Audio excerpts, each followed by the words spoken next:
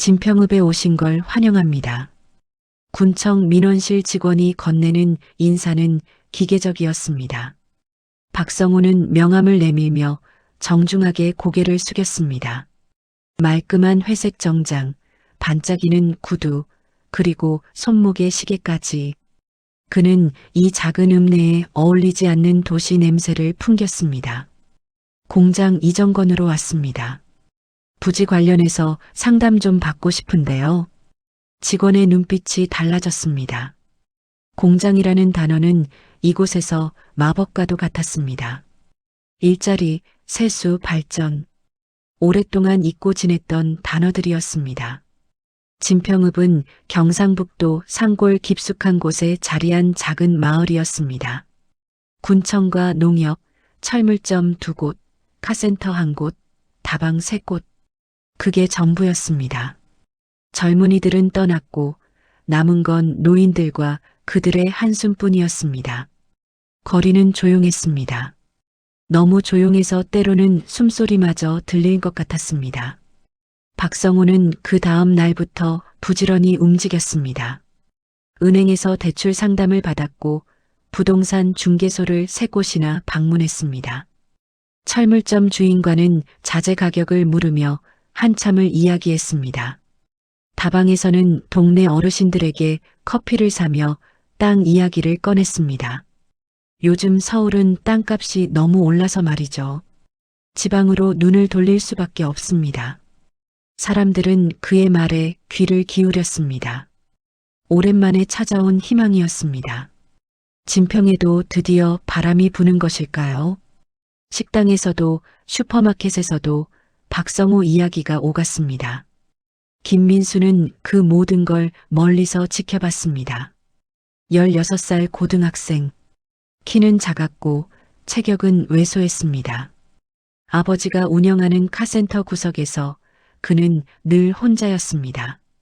학교가 끝나면 카센터로 왔고 공구함 옆 낡은 의자에 앉아 라디오를 만졌습니다. 주파수를 돌리고 잡음 속에서 방송국을 찾아내는 게 그의 유일한 취미였습니다. 어른들은 민수를 거들떠보지 않았습니다. 애는 가만히 있어. 그게 그가 평생 들어온 말이었습니다. 의견을 내면 무시당했고 질문을 하면 귀찮아했습니다. 민수는 점점 말을 아꼈습니다. 대신 귀를 열었습니다. 카센터 안에서 들리는 어른들의 대화는 생생했습니다. 그 양반 진짜 공장 지으려나 봐. 요새 보니까 은행장이랑도 식사하더만. 우리 읍에 공장 하나 들어서면 얼마나 좋겠어. 애들도 서울 안 가고 여기서 일할 수 있고. 민수는 고개를 들지 않은 채 라디오 다이얼을 돌렸습니다. FM 98.5 대구 방송국이 희미하게 잡혔습니다. 그는 그 소리에 집중했습니다. 어른들의 목소리보다 라디오 속 목소리가 더 또렷했습니다. 박성우는 일주일 만에 마을의 중심이 되었습니다. 그는 악수를 잘했고 웃음을 잘 지었습니다. 사람들은 그를 좋아했습니다. 아니, 좋아한다기보다는 기대했습니다. 그가 가져올 변화를 기대했습니다. 하지만 민수는 느꼈습니다. 뭔가 이상했습니다. 설명할 수 없는 위화감이었습니다. 박성우의 웃음은 완벽했지만 그래서 더 이상했습니다. 그의 구두는 너무 깨끗했고 그의 말투는 너무 매끄러웠습니다. 민수야, 거기 서 있지 말고 렌치 좀 가져와. 아버지의 목소리에 민수는 자리에서 일어났습니다. 그는 공구함을 뒤적이며 생각했습니다. 어쩌면 자신의 느낌이 틀렸을지도 모른다고. 어차피 아무도 자신의 말을 듣지 않을 거라고. 10월의 햇살이 카센터 마당을 비쳤습니다. 먼지가 빗속에서 천천히 떠다녔습니다. 진평읍은 여전히 조용했습니다. 너무 조용해서 곧 무언가 터질 것만 같았습니다. 민수는 그걸 몰랐습니다. 며칠 뒤 이 조용함이 산산이 부서질 거라는 걸. 그리고 그 파편 속에서 자신이 처음으로 목소리를 낼 거라는 걸. 지금은 그저 라디오 소리만이 카센터를 채웠습니다. 손들어, 다 손들어. 10월 7일 오전 9시 20분. 진평지방은행 안에 여자의 목소리가 울려 퍼졌습니다. 금발 가발을 쓴 여자가 권총을 하늘로 쏘았습니다. 천장에서 석고가루가 떨어졌습니다. 고객 5명이 비명을 질렀습니다. 경비원 정길수는 반사적으로 허리춤의 경보기에 손을 뻗었습니다. 하지만 뒤에서 누군가 그의 목을 잡아챘습니다. 체격 좋은 남자였습니다. 정길수는 숨이 막혔습니다. 팔을 휘둘렀지만 소용없었습니다. 조용히 해. 다치기 싫으면. 남자의 목소리는 낮고 차가웠습니다. 정길수의 몸이 바닥에 쓰러졌습니다. 그는 더 이상 움직이지 않았습니다. 박성호는 창구 안으로 뛰어들었습니다. 정장 대신 검은 점퍼, 얼굴에는 마스크. 그는 직원에게 금고 열쇠를 요구했습니다. 직원은 떨리는 손으로 열쇠를 건넸습니다. 전화는 이미 끊었어. 밖에서 또 다른 남자가 대답했습니다. 그는 전화국 단자함을 미리 파괴해뒀습니다. 진평읍 전체의 유선 전화가 먹통이었습니다. 신고는 불가능했습니다. 금고가 열렸습니다. 현금 다발이 쏟아졌습니다. 박성호는 검은 가방에 돈을 집어넣었습니다. 동작은 빠르고 정확했습니다. 마치 수백 번 연습한 것처럼. 3분 남았어. 금발 여자가 손목시계를 확인하며 말했습니다. 모두가 움직였습니다. 가방을 챙기고 출구로 향했습니다. 은행 밖에는 세 대의 차량이 대기 중이었습니다. 엔진은 이미 걸려 있었습니다. 김민수는 그때 카센터 앞을 지나가던 중이었습니다. 학교 가는 길, 그는 은행 앞의 차량들을 봤습니다. 번호판이 이상했습니다. 흙이 묻어 있었지만 숫자가 어딘가 어긋나 보였습니다. 하지만 그는 그냥 지나쳤습니다. 학교에 늦을 시간이었습니다. 은행에서 총소리가 또 한 번 울렸습니다. 이번에는 공포탄이 아니었습니다. 정길수를 제압하려던 남자가 실수로 방아쇠를 당긴 것이었습니다. 정길수의 몸이 크게 흔들렸습니다. 피가 바닥에 번졌습니다. 빨리! 박성호가 소리쳤습니다. 일당은 차에 올라탔습니다. 세 대의 차량이 동시에 출발했습니다. 타이어 자국이 아스팔트에 새겨졌습니다. 오경태 파출소장이 은행 앞에 도착한 건 5분 뒤였습니다. 누군가 뛰어와서 알렸기 때문입니다. 전화는 여전히 불통이었습니다. 그는 은행 안으로 뛰어들어갔습니다. 정길수가 피를 흘리며 쓰러져 있었습니다. 오경태는 무전기를 꺼냈습니다. 손이 떨렸습니다. 본서. 진평지방은행에서 강도 사건 발생. 경비원 부상. 지원 요청합니다.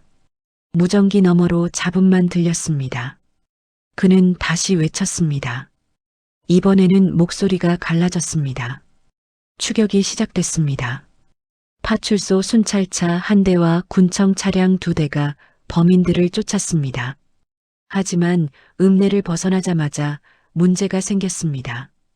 도로 위에 금속잭이 뿌려져 있었습니다. 타이어가 터지는 소리가 연달아 들렸습니다. 젠장! 오경태가 핸들을 꺾었지만 차는 이미 통제를 벗어났습니다. 차량이 갓길로 미끄러졌습니다. 뒤따르던 트럭도 급브레이크를 밟았지만 전복됐습니다. 먼지와 연기가 도로를 뒤덮었습니다.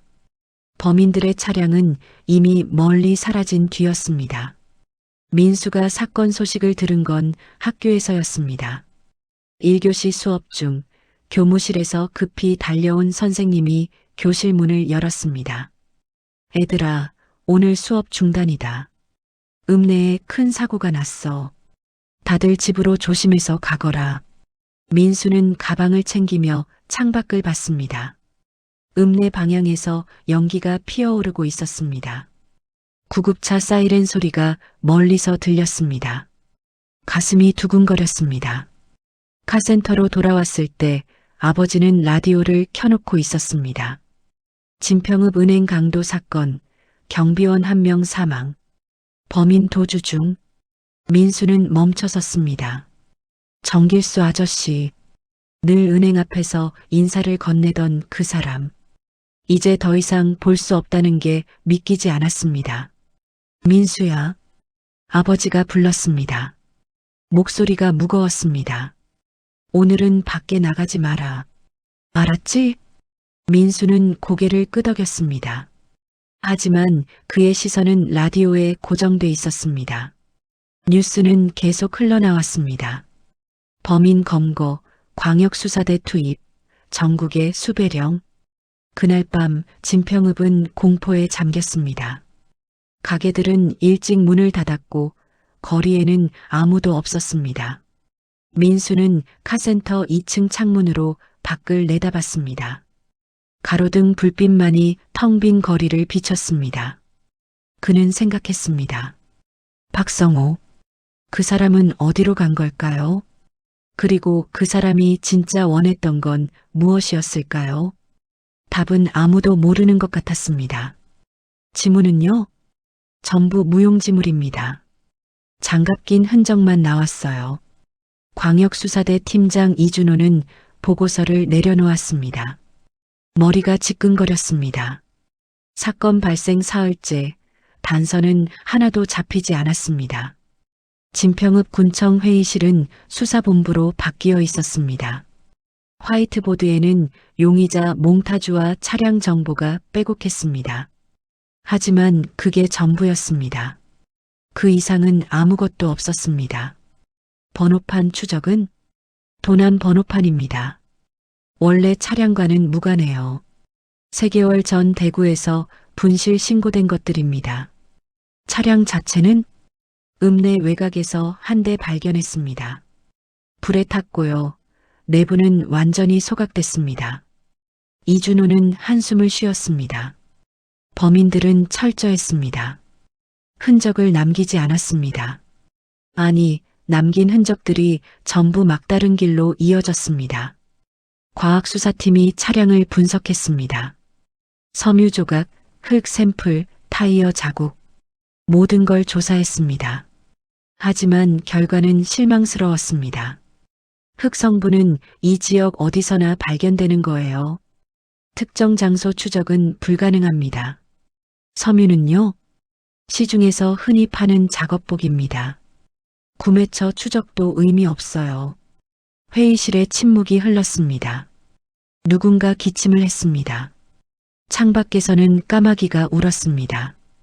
오경태 소장이 문을 열고 들어왔습니다. 얼굴이 수척했습니다. 사건 이후 그는 제대로 잠을 자지 못했습니다. 정길수의 장례식에서 그는 눈물을 흘렸습니다. 자책이 그를 짓눌렀습니다. 이 팀장님 뭐라도 나왔습니까? 죄송합니다. 아직은. 오경태는 의자에 주저앉았습니다. 그의 어깨가 축 처졌습니다. 이놈들이 누군지는 모르겠지만 우리 손을 완전히 벗어났어요. 너무 치밀합니다. 읍내 분위기도 달라졌습니다. 사람들은 집 밖으로 나오길 꺼렸습니다. 가게 문은 일찍 닫혔고 아이들은 학교와 집만 오갔습니다. 진평읍은 공포에 얼어붙었습니다. 김민수는 카센터에서 그 모든 걸 들었습니다. 어른들이 차를 맡기러 올 때마다 사건 이야기가 나왔습니다. 경찰도 손 놓고 있다더라. 범인들이 어디로 갔는지 감도 안 잡힌대. 정길수 아저씨, 억울하게 돌아가셨어. 진짜 너무하지. 민수는 공구함을 정리하며 귀를 기울였습니다. 그러다 문득 생각이 났습니다. 사건 당일 아침 은행 앞에서 봤던 차량들. 그중 한 대가 카센터에 맡겨진 적이 있었습니다. 아버지에게 물었습니다. 아빠, 저번에 검은색 소나타 정비한 거 기억나세요? 응? 아, 그거. 박성호 씨 차 말하는 거냐? 네. 그 차 아직 있어요? 아니, 벌써 찾아갔지. 사건 나기 하루 전에 민수는 입술을 깨물었습니다. 그 차를 다시 볼 수 있다면 뭔가 단서를 찾을 수 있을 것 같았습니다. 하지만 이미 늦었습니다. 그날 저녁 민수는 혼자 카센터 구석에 앉아 있었습니다. 라디오를 켜고 주파수를 돌렸습니다. FM 98.5 대구, AM 1080 안동, FM 101.3 포항, 익숙한 방송국들이었습니다. 그러다 문득 궁금해졌습니다. 박성호 씨 차에 있던 라디오는 어떤 주파수가 설정돼 있었을까요? 민수는 정비 기록부를 뒤적였습니다. 아버지는 꼼꼼한 사람이었습니다. 모든 차량의 상태를 기록으로 남겼습니다. 소나타 검은색 98년식 라디오 프리셋 FM 98.5 AM 1080 FM 101.3 FM 95.1 AM 900 FM 89.7 민수는 종이를 들여다봤습니다. 6개의 주파수? 그는 라디오를 돌리며 하나씩 확인했습니다. 대구, 안동, 포항, 강릉, 속초, 양양 모두 다른 지역 방송국이었습니다. 왜 한 차에 이렇게 다양한 지역 방송이 설정돼 있을까요? 보통 사람들은 자기가 사는 지역 방송만 듣습니다. 하지만 이 차는 달랐습니다. 민수는 책상 서랍에서 지도를 꺼냈습니다. 낡은 전국 지도였습니다. 그는 각 방송국의 위치를 표시했습니다. 그리고 전파 도달 범위를 대략 그려봤습니다. 6개의 원이 지도 위에 겹쳤습니다. 그 원들이 모두 만나는 지점. 민수의 손가락이 한 곳에 멈췄습니다. 강원도 양양. 심장이 빨리 뛰었습니다. 이게 우연일까요? 아니면 범인들이 거기 숨어 있는 걸까요? 민수는 지도를 들고 밖으로 나갔습니다. 파출소로 달렸습니다. 숨이 찼지만 멈추지 않았습니다. 소장님, 소장님. 오경태가 문을 열었습니다. 눈이 충혈돼 있었습니다. 민수야, 왜 이래? 무슨 일이야? 범인들 어디 있는지 알 것 같아요. 민수는 지도와 메모를 내밀었습니다. 설명을 시작했습니다. 라디오 프리셋, 방송국 위치, 전파 범위. 오경태는 듣다가 고개를 저었습니다. 민수야, 그건 너무 억측이야. 라디오 주파수만으로는. 하지만 6개가 다 다른 지역이에요. 그리고 그게 다 동시에 잡히는 곳은 양양밖에 없어요. 애가 뉴스 보고 흥분한 거야. 집에 가서 쉬어. 오경태는 민수의 어깨를 두드렸습니다. 친절했지만 단호했습니다. 민수는 고개를 떨구고 돌아섰습니다. 카센터로 돌아오는 길, 민수는 주먹을 쥐었습니다. 어른들은 듣지 않았습니다. 아무도 그를 믿지 않았습니다. 하지만 민수는 확신했습니다. 자신의 추리가 맞다고. 문제는 어떻게 증명하느냐였습니다. 그날 밤 민수는 잠들지 못했습니다. 천장을 보며 생각했습니다. 광역수사대. 그들에게 직접 말하면 어떨까요? 작은 희망이 그의 가슴에 남아 있었습니다. 안 됩니다. 학생은 들어갈 수 없어요. 군청 경비원이 민수를 가로막았습니다. 민수는 가방을 꼭 쥐었습니다. 안에는 지도와 메모 그리고 정비기록부 사본이 들어 있었습니다. 광역수사대 팀장님께 전해드릴 게 있어요. 중요한 정보예요. 학생, 장난 아니야. 지금 어른들도 바쁘신데. 장난 아니에요. 정말이에요. 민수의 목소리가 높아졌습니다. 경비원은 난처한 표정을 지었습니다. 그때 회의실 문이 열리고 이준호가 나왔습니다. 복도의 소란을 들은 것이었습니다.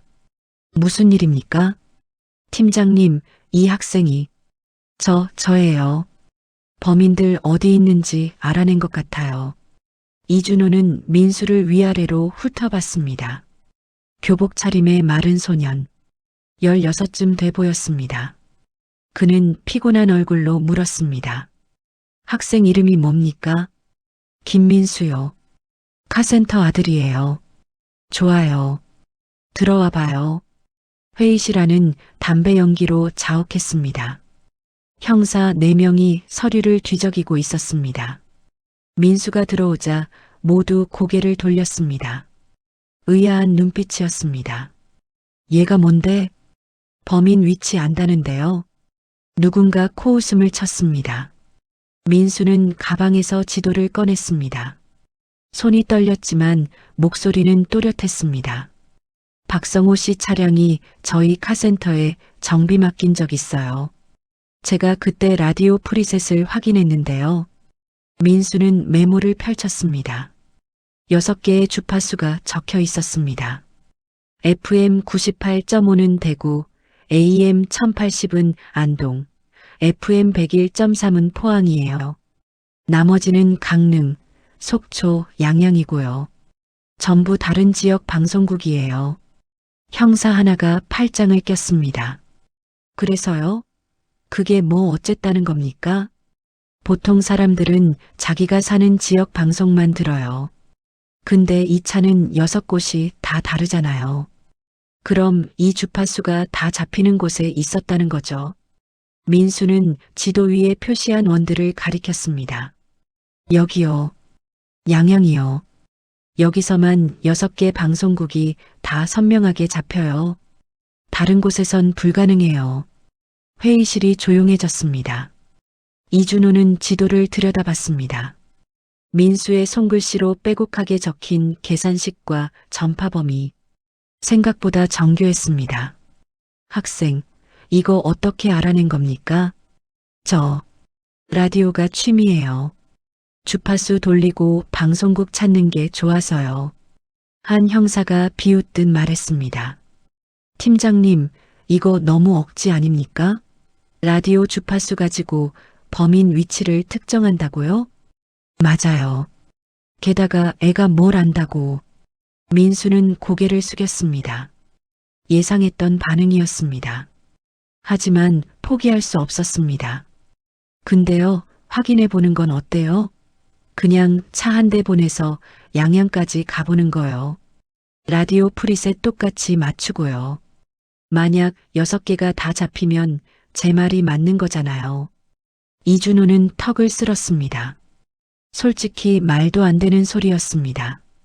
하지만 지금 손에 쥔 단서가 없었습니다. 모든 추적이 막혔습니다. 이대로 가면 사건은 미제로 남을 것이었습니다. 학생, 만약 틀리면 어쩔 겁니까?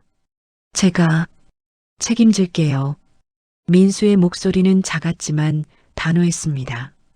이준호는 한참 고민하다 고개를 끄덕였습니다. 좋아요. 해봅시다.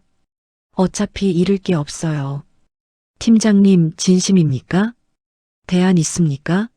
지금 우리한테? 형사들은 입을 다물었습니다. 이준호는 민수에게 물었습니다.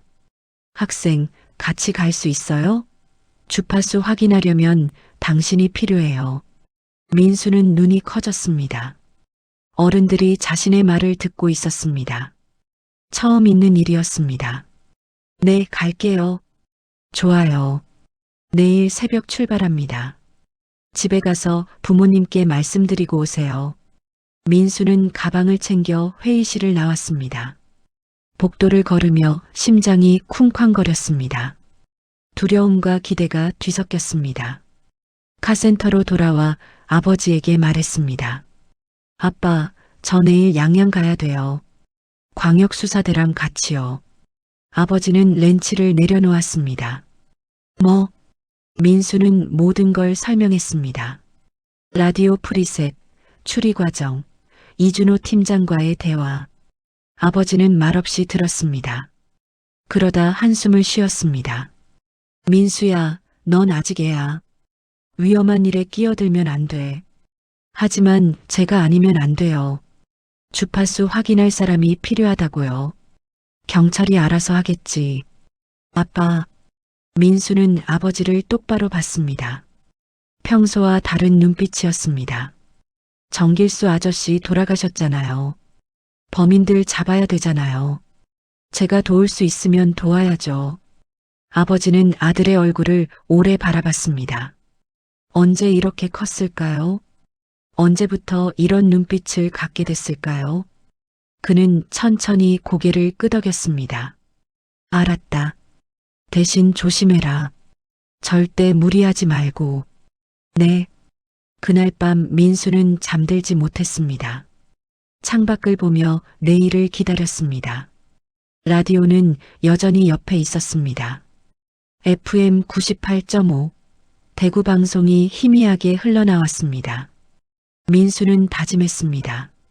내일 양양에서 6개 주파수가 모두 잡힌다면 그건 자신이 옳았다는 증거가 될 것입니다. 그리고 처음으로 어른들이 자신을 진지하게 대할 것입니다. 새벽이 오기를 기다리며 민수는 조용히 웃었습니다. 작은 떨림과 함께 여기부터 시작합니다. 주파수 확인해 보세요. 이준호가 차를 세웠습니다. 새벽 4시 양양으로 향하는 7번 국도였습니다. 민수는 뒷좌석에서 라디오를 켰습니다. 손이 떨렸습니다. FM 98.5 대구 방송이 선명하게 들렸습니다. AM 1080 안동도 잡혔습니다. FM 101.3 포항도 깨끗했습니다. 민수는 나머지 3개도 돌렸습니다. 강릉, 속초, 양양 모두 잡혔습니다. 6개 전부 동시에 팀장님, 민수의 목소리가 갈라졌습니다. 다 잡혀요. 6개 전부요. 이준호는 핸들을 꽉 쥐었습니다. 옆자리 형사가 무전기를 들었습니다. 본부, 학생 추리 맞습니다. 이 지역에서 6개 주파수 모두 수신 확인. 수색 개시 요청합니다. 무전기 너머로 긴급 지시가 내려졌습니다. 대기하던 형사들이 움직였습니다. 민박촌, 폐가, 낚시터, 모든 곳을 뒤졌습니다. 해가 뜨기 전 바닷가 외곽의 허름한 오두막에서 불빛이 새어나왔습니다. 형사들은 조용히 포위망을 좁혔습니다. 이준호가 확성기를 들었습니다. 포위됐다. 무기 버리고 나와. 오두막 안이 소란스러워졌습니다. 그리고 총성이 울렸습니다. 형사들이 엎드렸습니다. 민수는 차 안에서 몸을 웅크렸습니다. 쏘지 마, 쏘지 마. 금발 가발을 쓴 여자가 문을 열고 나왔습니다. 손을 들고 있었습니다. 뒤에서 박성우와 남자 둘이 따라 나왔습니다. 총은 바닥에 던져졌습니다.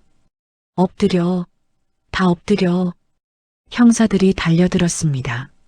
수갑이 채워졌습니다. 박성우는 저항하지 않았습니다. 그저 하늘을 보며 한숨을 쉬었습니다.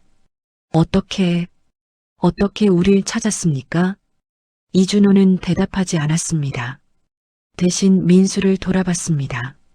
차 안에서 라디오를 껴안은 소년. 그 얼굴에는 눈물이 흘렀습니다. 오두막 안에서 검은 가방들이 나왔습니다. 현금 다발이 쏟아졌습니다. 대부분 회수됐습니다. 해가 떠올랐습니다. 바다는 잔잔했습니다. 파도 소리만이 새벽을 채웠습니다. 일주일 뒤 진평읍 군청 대강당에서 작은 행사가 열렸습니다. 표창식이었습니다. 정길수 경비원은 순직으로 추서됐습니다. 그의 부인이 훈장을 받았습니다. 눈물을 닦으며 고개를 숙였습니다. 은민들은 묵념했습니다. 민수도 고개를 숙였습니다. 눈시울이 뜨거워졌습니다. 그 다음은 민수 차례였습니다. 김민수 학생, 앞으로 나오십시오. 민수는 떨리는 다리로 단상에 올랐습니다. 군수가 감사패를 건넸습니다. 이준호 팀장이 악수를 청했습니다. 학생이 없었으면 이 사건 못 풀었습니다. 고맙습니다. 박수가 터져나왔습니다. 민수는 얼굴이 붉어졌습니다. 객석에서 아버지가 박수를 쳤습니다. 눈가가 촉촉했습니다. 행사가 끝나고 사람들이 민수에게 다가왔습니다. 민수야, 대단하더라. 진짜 우리 읍내 영웅이네. 니 나중에 형사 해야 되겠다. 민수는 어색하게 웃었습니다. 칭찬이 낯설었습니다. 하지만 나쁘지 않았습니다.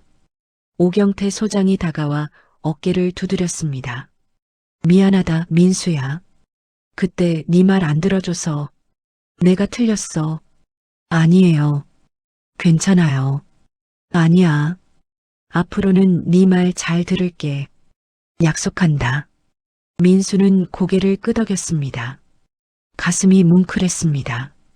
저녁 카센터로 돌아왔습니다. 아버지는 공구함을 정리하고 있었습니다. 민수가 옆에 앉자 아버지가 말했습니다. 민수야. 네. 아빠가 니를 너무 애로만 봤나 보다. 민수는 아버지를 봤습니다. 아버지는 렌치를 내려놓고 민수를 마주 봤습니다. 네가 이렇게 컸는지 몰랐어. 네 생각이 옳았어. 아빠가 미안하다. 아버지의 목소리가 떨렸습니다. 민수는 코끝이 찡해졌습니다. 아빠, 니는 이제 어른이야. 네 생각을 믿어도 되겠다. 아버지가 민수의 어깨를 안았습니다. 꽉! 오랜만에 포옹이었습니다. 민수는 눈물을 참지 못했습니다. 아버지의 등에 얼굴을 묻고 울었습니다. 아빠, 저도 도울 수 있어요. 저도 할 수 있어요. 알아. 이번에 다 봤어. 니는 대단한 애야. 얼마나 울었을까요? 민수는 눈물을 닦았습니다. 아버지도 눈가를 훔쳤습니다. 둘은 말없이 웃었습니다. 밤, 민수는 2층 방에 올라갔습니다. 창문을 열었습니다. 진평읍의 밤거리가 보였습니다. 가로등 불빛 아래 사람들이 걷고 있었습니다. 가게들도 다시 문을 열었습니다. 읍내는 다시 평온을 찾았습니다. 민수는 라디오를 켰습니다. FM 98.5 대구 방송이 흘러나왔습니다. 익숙한 소리였습니다. 하지만 이제는 달랐습니다. 이 소리가 범인을 잡았습니다. 이 소리가 민수를 바꿨습니다. 민수는 생각했습니다. 어쩌면 나는 이 읍내에만 머무르는 사람이 아닐지도 몰라. 세상은 넓고 나도 뭔가 할 수 있어. 창밖으로 별이 보였습니다. 수없이 많은 별들이 반짝였습니다. 민수는 그 별들을 보며 조용히 미소 지었습니다. 양양에서 새 차를 산 이준호는 라디오 옵션을 빼달라고 했습니다. 아내가 물었습니다. 왜요? 라디오 없으면 심심한데. 이준호는 웃었습니다. 라디오가 너무 많은 이야기를 기억하게 해서. 차는 조용했습니다. 하지만 그의 마음속엔 여전히 소년의 목소리가 남아 있었습니다. 다 잡혀요. 6개 전부요. 그 떨리는 목소리, 그 용기. 이준호는 그걸 평생 잊지 못할 것 같았습니다. 진평읍의 밤은 다시 고요해졌습니다. 하지만 김민수의 내부에서는 작은 파문이 오랫동안 일렁였습니다. 그것은 희망이었습니다.